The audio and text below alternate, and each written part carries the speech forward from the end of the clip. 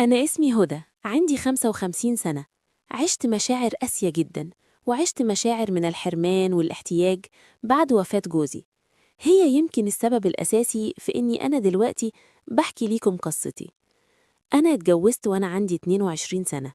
أنا وجوزي بدأنا حياتنا في دولة أوروبية، وكانت بداية حياتنا وشغله ومستقبله هناك، وكان بيعافر علشان يسافر.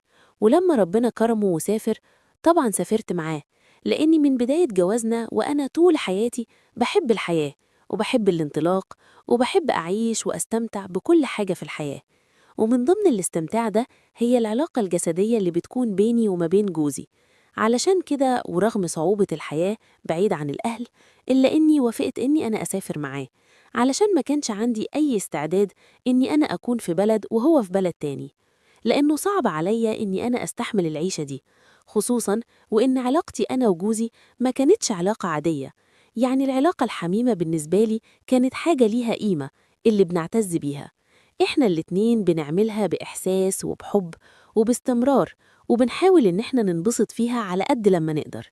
وبعد ما سافرنا كمان للدولة الأوروبية، بقى عندنا تفتح أكتر للحاجات دي. هناك بجد بتدرس، ومفيش أي خجل، والكلام فيها عادي جدا.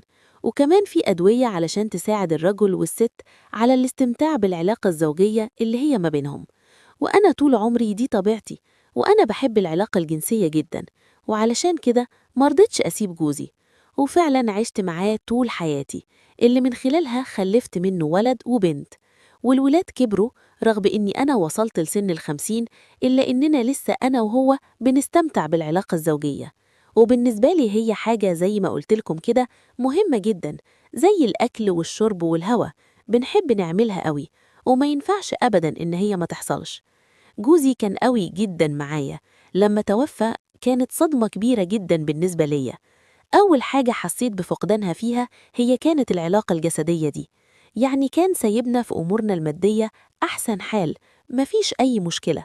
الحاجة الوحيدة اللي فرقت معايا وبعد الوقت ما عدى، وبعد صدمتي من موته ما عدت ولقيت نفسي محتاجاها، هي كانت العلاقة.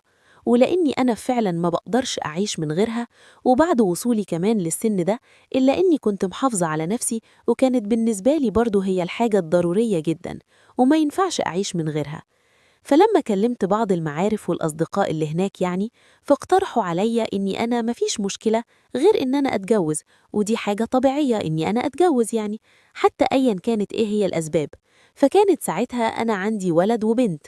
بنتي كانت اتجوزت في حياة أبوها، وبرضه اتجوزت واحد مش أجنبي.